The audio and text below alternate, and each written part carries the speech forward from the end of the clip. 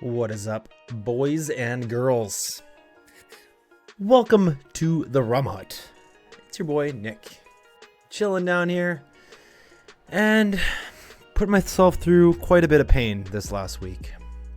If you're not familiar with the channel, I am one of the biggest Bomber fans ever out there, okay?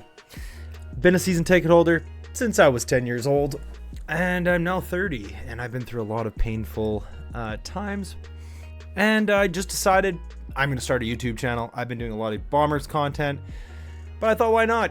Let's make some CFL content for the rest of the folks, and maybe there's somebody else that's interested in this stuff too. So I want to make it's a rankings list, but it's on a tier list basis. So S is obviously going to be, your top teams, and D will be the teams that are currently struggling. So the way I want to do this is I'm just going to do it based on what teams I want to put up first. So might just keep the suspense going. Okay, so we are going to start. I guess we'll start right to left. We'll start with the Edmonton Elks. Edmonton, they're 0-3 right now, reeling a little bit. I don't think they are as bad as some make them out to be. They had a pretty good showing this week. They played against the Argos, and I thought they actually played very, very well, all things considered. So much better than in years past.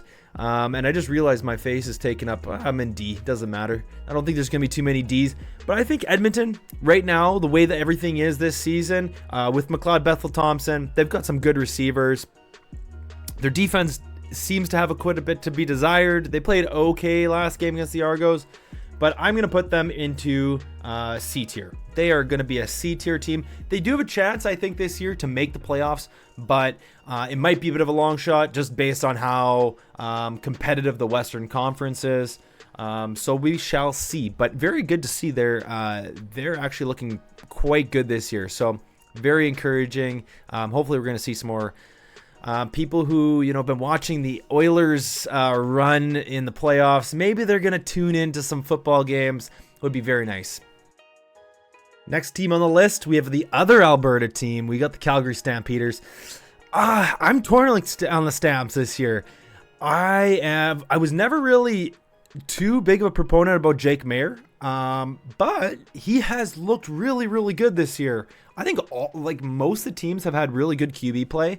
So I'm really torn on where to put them. They had a bad game, or they beat Hamilton to start the season. Really good game there.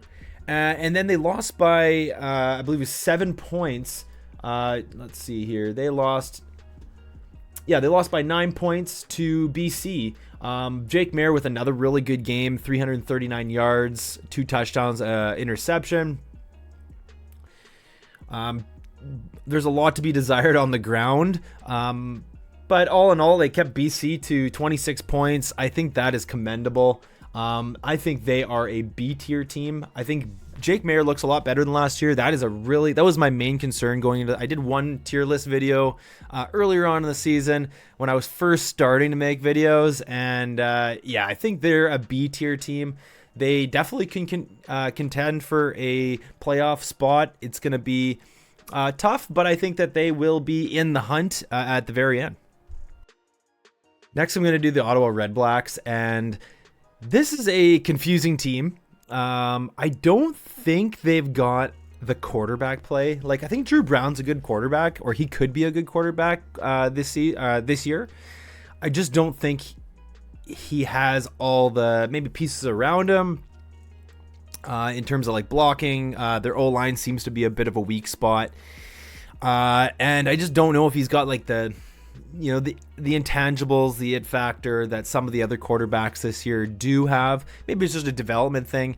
Needs a couple of years to develop and gel into the system. But he got his first win in the first game against the Bombers, and then they got spanked by the Owls when they looked very bad that game. So in my opinion, I think I'm going to put them right beside Edmonton. I think they're going to be slightly below Edmonton.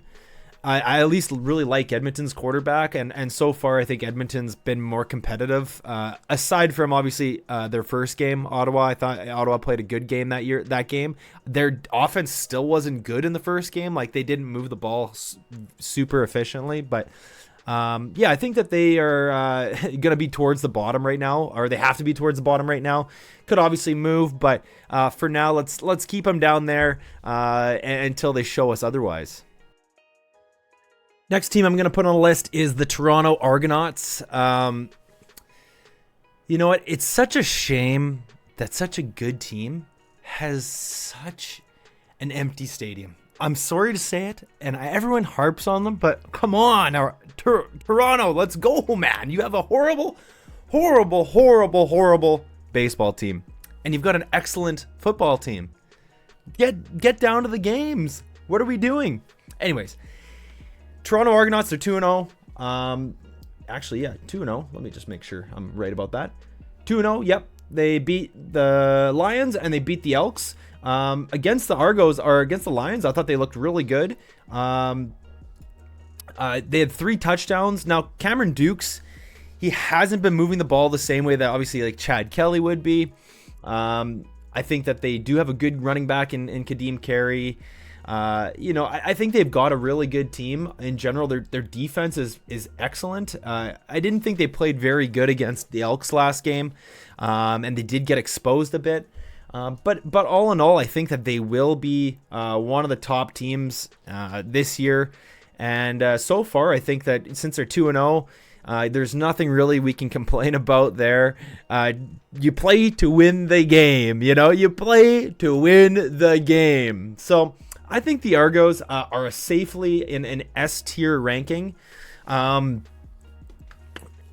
think that they're going to be definitely a contender in the playoffs, and could be a Grey Cup contender this year. They should be towards the front end of the Western or the Eastern Conference all year, and I think that right now at least, even with their quarterback situation with a rookie quarterback in Cameron Dukes, I think that they're still going to be, like, even without Chad Kelly, they are an S tier team, and they can pretty much beat any team any week. Like, I don't think they're given to win every game, but I mean, there's not really a team that I could really put them against that I would be like, oh, this is an easy win, or they have no chance. So I think they're in a really good spot this year. And they're going to have a bit of a bone to pick, and especially if Chad Kelly does come back. I know it's a bit of a hot button topic, but oh well, it doesn't concern me. That would be obviously a boon to them from a strictly football standpoint. Next team I'm going to put on the list is the Hamilton Tiger Cats. Honestly, I don't think it's good news, Ticats fans. And I said it before the season started. I just don't think that Bo Levi Mitchell's the guy anymore. I just don't think he's that guy anymore. I think there's too many changes. You guys lost too many key pieces. Simone Lawrence. You've got Tim White, who can't catch a football. Too many problems on that team right now. I think that, playing back-to-back against the Riders, you had to win that game at home, and you blew it. It's just not looking good. That was a must. Well, maybe not a must win, but I think that would have done a ton for their confidence. And the fact that they lose it in the last couple minutes, and then they got to go back to Regina, which is, a tough place to play. I would put them. Wrong one. I'd put them in the D tier. I think they're slightly below, Edmonton and Ottawa at the moment. I just don't believe in a lot. They got a couple. They've got some good pieces to work around. I know, like, Shamar Bridges has been like a real bright spot for them. But like, look at these rushing totals. 10 yards. Their leading rusher against the Riders was Bo Levi Mitchell with 17 yards. Like, that absolutely cannot happen. That is absolutely a farce. In the CFL, I mean, It's not necessarily a rushing league per se, but you can't have 17. You can't have Bo Levi Mitchell as your leading rusher. And then where's Tim White on this receiving list? Like I thought he was supposed to be a star. He's just absolutely nowhere to be seen. So I think rightfully so, they are a D tier team at the moment. But like I say, everything can change. So don't be mad at me, Ticat fans. Or if you are, I'd be mad at my own team first, But they are a D tier team right now. Next on my list is a team that I'm not a fan of. That would be the Saskatchewan Roughriders. Do not like them. But if you're a Rider fan, thank you for watching the video.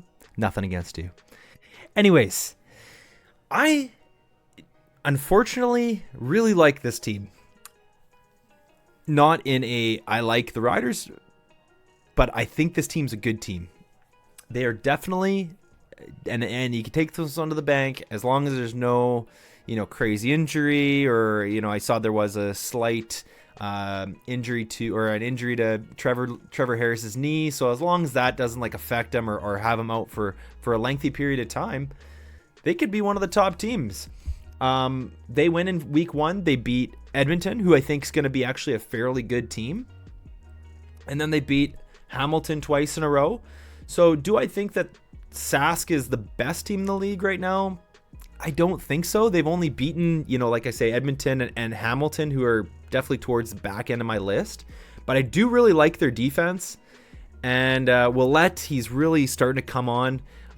Joe, he's been really, really good. The receivers are pretty stacked. Trevor Harris. So as much as it pains me to do this, I am actually going to put them up in the S tier right at the moment. I guess we'll just have to wait for Labor Day, right? But good start to the season, 3-0.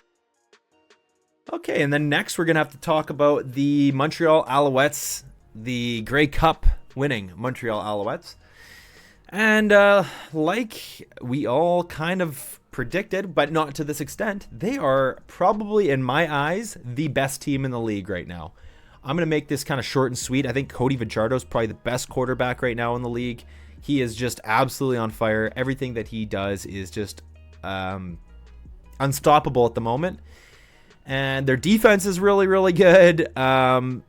They just made Ottawa look horrible last game. And yeah, they're picking up right where they left off. Kudos to them. I think that, until somebody really knocks them off or beats them in a game, I think that they're on the top of my list.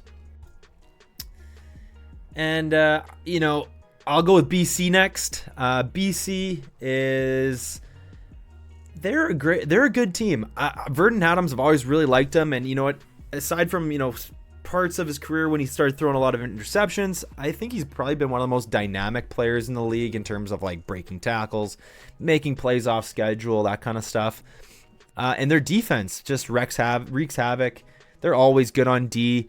They've got good receivers. I don't know if they've really got a great running game at the moment, but I just think that they are a step below the other teams that are in the S tier. I would probably put them in the A tier. I know BC Lions fans might not like that much, but I don't think that they've really pounded anyone or really made themselves look above those other teams yet. So lots of season to play, but I'll put them probably they'll be 4th on my rankings. So I'll put them in the A tier. So right now, just to sum it up, I've got number 1 Owls, then I've got the Argos, then the Riders, then BC, Calgary, Edmonton, Ottawa, Hamilton. And saving the best for last, the Winnipeg Blue Bombers, my favorite team. This pains me to say, guys. S tier. Just kidding. You know what? I think they are in a C tier right now. They are in C tier. I can't put them ahead of Ottawa because they lost to Ottawa. Do I think by the end of the year, they've had so many injuries, and that's not an excuse really. Just ever since training camp started, it's been injury after injury. They're going to be without, Lawler, Schoen. And now there's a rookie, Wheatfall, injured. They've got no receivers left. Just really banged up. They are going to get, Oliveira back, or they've had him sort of back last game. He was playing a bit. But honestly, Collaros, I don't think he has a touchdown pass this year. He's just been a little bit off. They just haven't looked right. They haven't had the right piece. Like their offense is really bad in the first two games when they're playing against Montreal. Then they played against Ottawa, and then in the third game against BC, then the third game the offense sort of shows up, but the defense doesn't. So right now I can't put them any higher than a C. As much as that pains me to say. Long season left though, boys. Even if your team is in D, even if your team's in the S tier, these things can change very, very quickly. It's the CFL. Last year, until the last game of the season, who would have thought this Montreal team could just come out of nowhere, win the Grey Cup? So, long season ahead. That's why we love the CFL.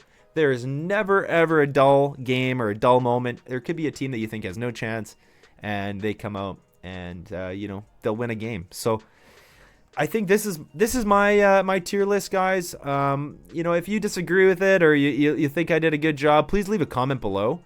If you disagree with it, let me know why you disagree with it. Tell me what's wrong with it. Happy to discuss or to debate. If you liked the video, please leave a like and subscribe. If you didn't like it, tell me why you didn't like it. Let me know how I should improve. But anyways, boys, I will be back. I'll probably try and make a CFL video once a week. I do pregame and postgame, or at least I try to. I always do a postgame recap of all the Bomber games. And I'm going to keep trying to make as much CFL content. So if you guys like this gets lots of likes and comments and stuff like that, I'll be making more CFL content. But anyways, boys, thanks for watching. Welcome back to the Rum Hut, and your boy Nick is signing out. Peace.